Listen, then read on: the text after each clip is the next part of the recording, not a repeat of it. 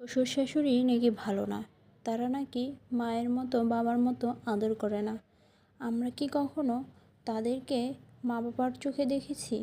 আসলে অনেক আপুরা আছেন যারা সবসময় শ্বশুর শাশুড়ি ভালো না, ননদ ভালো না, দেবর ভালো না, এদেরকে নিয়ে কথা বলেন। আসলে এরকম বলাটা উচিত না, আমি কারো নাম মেনশন করতেছি না।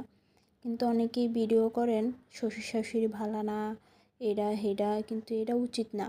আমরা কি কখনো শ্বশুর শাশুড়িকে ভালোভাবে ডাক দিয়েছি? আমরা কি কখনো বাবা মার চোখে দেখতে পেরেছি? আসলে এটাই পার্থক্য। আজকাল সমাজে সবাই শ্বশুর শাশুড়ি নিয়ে কথা বলে, আর সবারই নাকি ভালো পায় না শ্বশুর শাশুড়ি। আপনি সবসময় আপনার শ্বশুর শাশুড়িকে আপনার বাবার মার মতো দেখবেন, তাহলে দেখবেন আপনার শ্বশুর শাশুড়ি আপনাকে মেয়ের মতো দেখবে।